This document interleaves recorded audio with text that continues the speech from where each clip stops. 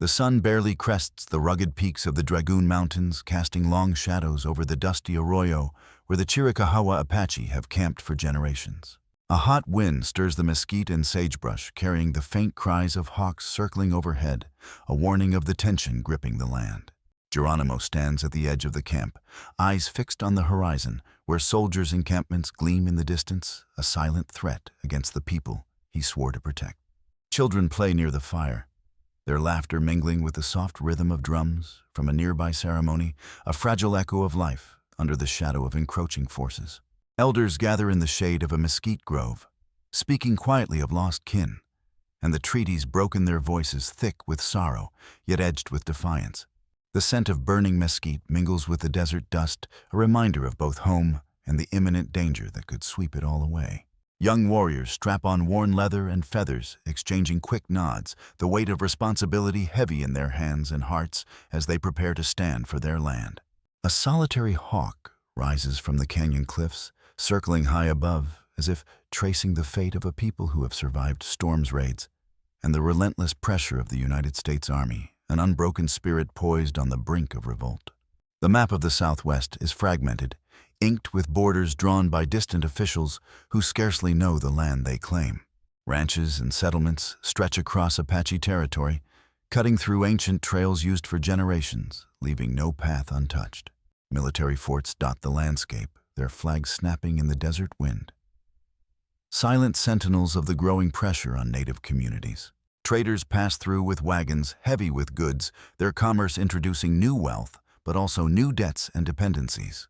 Diseases unseen by the Apache sweep quietly through camps, taking elders and children alike, eroding the strength of families. Treaties signed under duress litter the memory of leaders' promises, broken as quickly as ink dries on paper.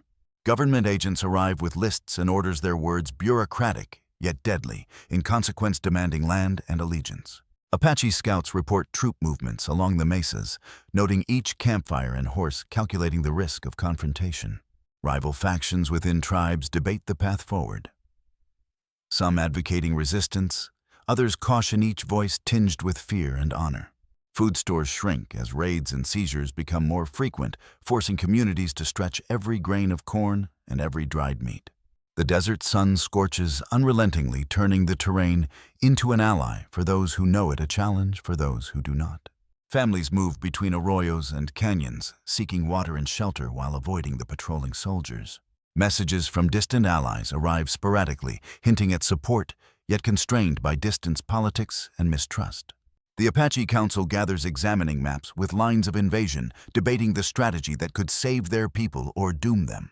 Horse herds are corralled and hidden, a lifeline for mobility and survival under constant threat of seizure. Men and women alike sharpen tools and weapons, balancing daily chores with preparation for the inevitable clash. The smell of gunpowder from distant skirmishes drifts on the wind, a grim reminder that peace is fragile and fleeting. Children watch elders move silently through the brush, learning the terrain and the unspoken rules of survival. Cultural rituals continue, a defiance against erasure, reminding the young of ancestry and the stakes of the coming struggle. Traders and settlers whisper rumors of Apache unrest, exaggerating threats to justify increased patrols and harsher orders. Drought adds strain, turning once verdant riverbeds into cracked, dry veins, heightening tension over scarce resources. The Apache warriors practice maneuvers along the ridges, honing skills to match the unpredictable movements of their enemies. Letters from Washington and distant forts arrive full of commands, each one a new line on the fractured map of power. As the sun dips below the mesa, shadows stretch long across the canyons, the land itself reflecting the fractures of diplomacy, greed, and survival. Geronimo stands apart from the camp, his silhouette outlined against the fading desert light, a figure of quiet determination. Born into the Badonkohe band of the Chiricahua Apache, he carries the weight of generations, a lineage steeped in resilience and survival. His eyes reflect the memory of lost kin, burned villages, and treaties broken before they could ever be honored. Every scar on his face tells a story, wounds of battle loss and the harsh desert that forged him.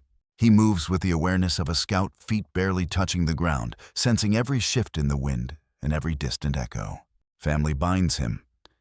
Each decision weighs upon mothers, children, and elders who look to him for guidance and protection. Symbols of leadership, A feather, a beaded sash, a carefully chosen horse mark him as both warrior and guide for his people. The Apache Council watches him, measuring not just his courage, but the strategy and foresight he brings to the trials ahead. His voice, calm yet commanding, can inspire warriors to act with precision, even in moments of fear and uncertainty.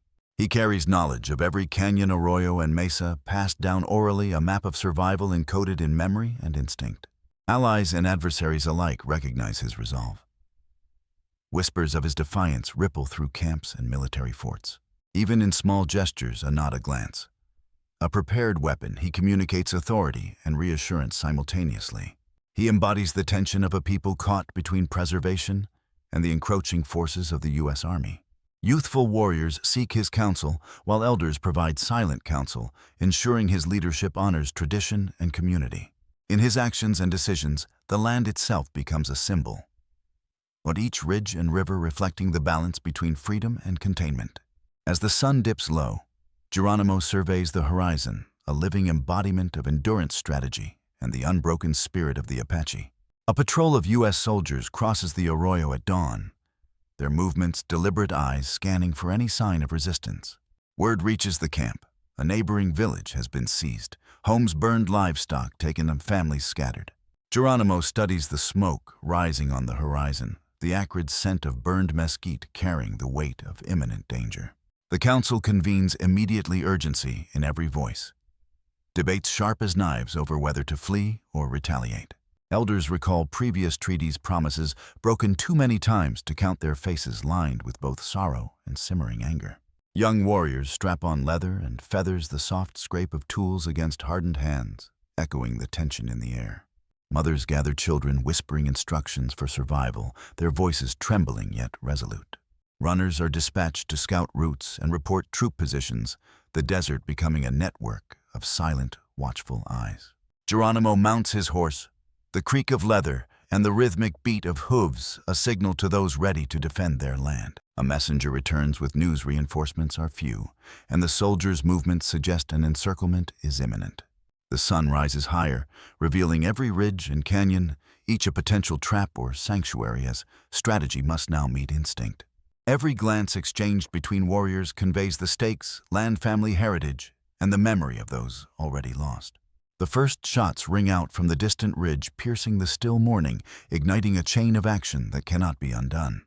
Geronimo takes a deep breath, his gaze fixed forward, understanding that the time for deliberation has ended. The Apache must move now as one. The early morning sun casts sharp shadows across the jagged ridges, illuminating every crevice and cliff that lines the approach to the enemy camp. Geronimo surveys the terrain, noting hidden arroyos and concealed hollows, calculating the advantages and vulnerabilities for his band. Warriors move silently along the rocky slopes, their steps almost imperceptible against the crunch of dry earth and scattered stones. The first scouts encounter a sentry, a flash of movement, and whispered commands signaling the proximity of danger. Canyons echo with distant voices, confusing the soldiers below and masking the Apache's precise positioning. A sudden gust of wind carries dust into the eyes of the enemy, blurring lines of sight and buying precious moments for maneuvering. Geronimo signals a feint toward the southern ridge, drawing troops from their posts, testing their discipline and reaction. Archers and scouts advance from hidden ledges, their movements synchronized with subtle gestures from the chieftain. A small miscalculation by the enemy commander exposes a flank, forcing hurried repositioning under the desert sun. Warriors scramble to exploit the opening, guiding families and livestock to safer terrain while keeping pressure on patrols. The clash is brief but decisive. A volley of arrows forces soldiers to retreat temporarily into cover. Dust rises from the canyon floor, obscuring the battlefield and creating an illusion of greater numbers than the Apache actually possess. Geronimo adjusts his plan mid-action, redirecting a small unit to intercept reinforcements before they reach the ridge. The enemy hesitates, uncertainty rippling through their lines, their formations disrupted by the intricate knowledge of the land. Families hidden in crevices watch silently, children clinging to mothers, elders praying under the desert sun. A messenger slips through the rocks, reporting the enemy's realignment and the next opportunity to exploit weakness. The Apache utilize every dip and rise, turning natural formations into traps, and cover the desert itself, a silent ally. A misunderstanding among the soldiers leads them toward a narrow pass where Geronimo's scouts lie in wait. The first volley is fired. Dust and echoes collide, a sudden shift in momentum that leaves the enemy scrambling. Archers reposition to higher ground, using ledges and boulders for protection, while maintaining sight lines across the canyon floor. Geronimo rides along the ridge, issuing hand signals to coordinate multiple units across disconnected terrain. Reinforcements from the army arrive late, their timing disrupted by misjudged trails and the deceptive layout of the mesa. A single mistake by the enemy, exposing a horse herd, forces them into defensive formations, revealing vulnerabilities. Apache warriors press advantage, moving swiftly from cover to cover, keeping the enemy uncertain and reactive. The sun begins to dip, stretching shadows, and deepening the canyons, providing both concealment and tension. Negotiators approach briefly, their words lost amid distrust and prior betrayals, a fragile pause in the kinetic flow of events. Geronimo signals withdrawal to safer positions, having demonstrated the land's lethal leverage and the enemy's missteps. The band regroups atop a mesa, surveying the battlefield below, aware that terrain timing and insight have preserved their lives for now. Even in retreat, the Apache have shaped the battle, turning geography and observation into decisive tools that would echo in memory for years. Official reports filed at Fort Sill describe the skirmish as a minor raid, downplaying the resistance and casualties. Geronimo's own account tells a different story, a calculated defense, where every arrow and maneuver was deliberate, saving families and livestock. Soldier diaries recount confusion on the ridges, men misreading the terrain and underestimating the Apache's coordination. Oral tradition passed through the Chiricahua elders recalls heroism unseen by any distant observer, emphasizing cunning and community solidarity.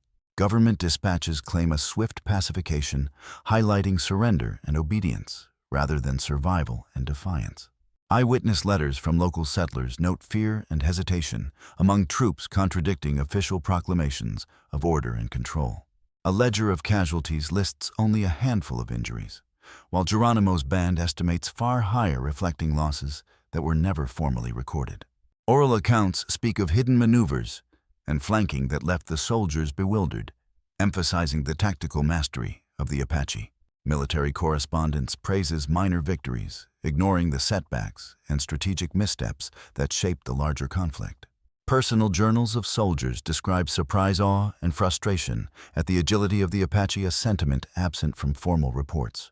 Elders recount ceremonies held afterward to honor the dead and to teach the young acts invisible to bureaucrats but central to cultural memory. A government memorandum dismisses the event as routine patrol activity, erasing nuance and the human dimension of the encounter. Stories told in the camp at dusk emphasize courage, ingenuity, and shared hardship, contrasting sharply with sanitized official narratives. In the end, the truth lies between records, memories, and oral histories, a delicate balance where one must read between the lines to understand what truly transpired. The morning sun casts long shadows over the camp as warriors tighten leather straps and check weapons with practiced hands. Children cling to mothers, eyes wide with both curiosity and fear, sensing the weight of tension in the air. Geronimo rides along the ridgeline, observing scouts moving silently through rocky hollows, every movement precise and deliberate. Smoke from cooking fires mixes with the desert dust, the aroma of roasted meat, a fragile comfort amid uncertainty.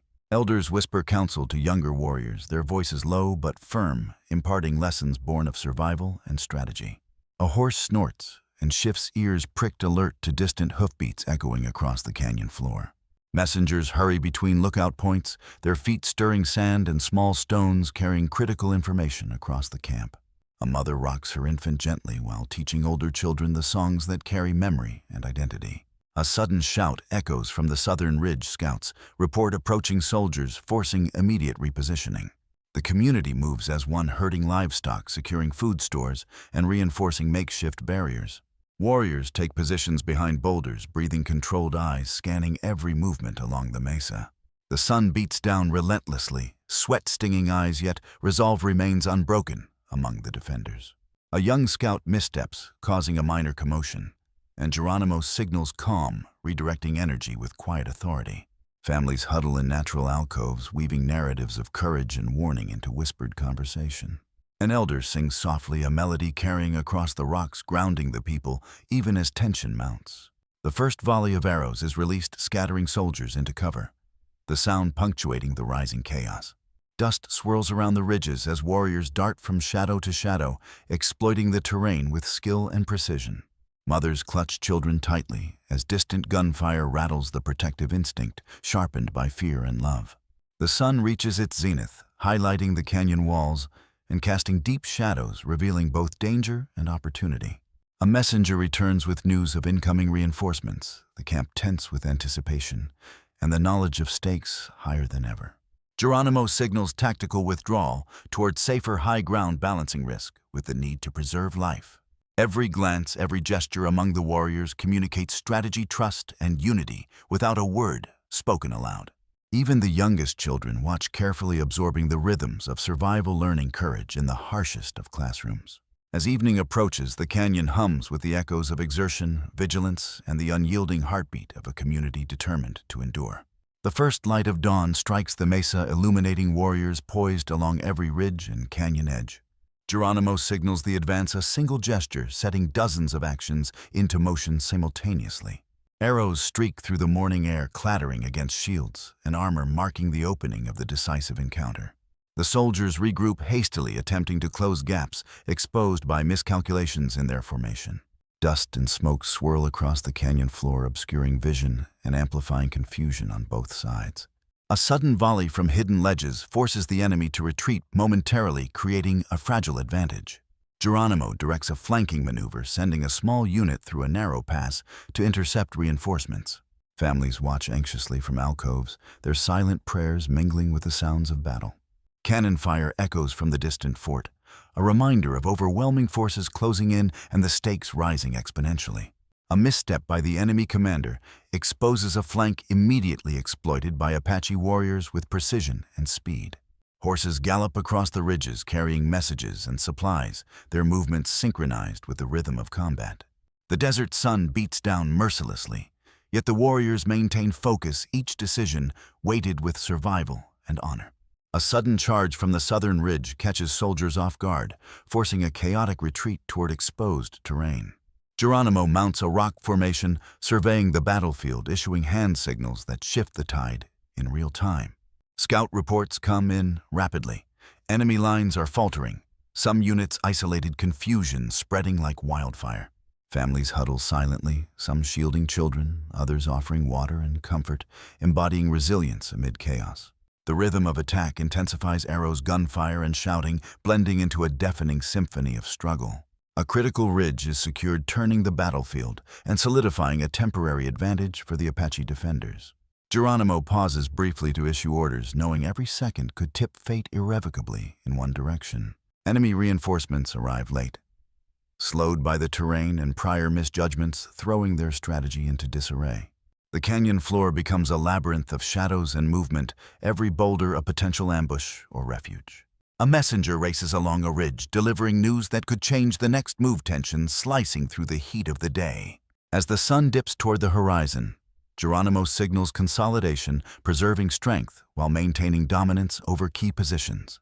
By nightfall, the immediate threat has passed, but the landscape bears the marks of battle, scorched earth, trampled trails, and the echoes of courage. Smoke still lingers over the ridges as the Apaches survey the landscape, noting both victory and the scars left by conflict.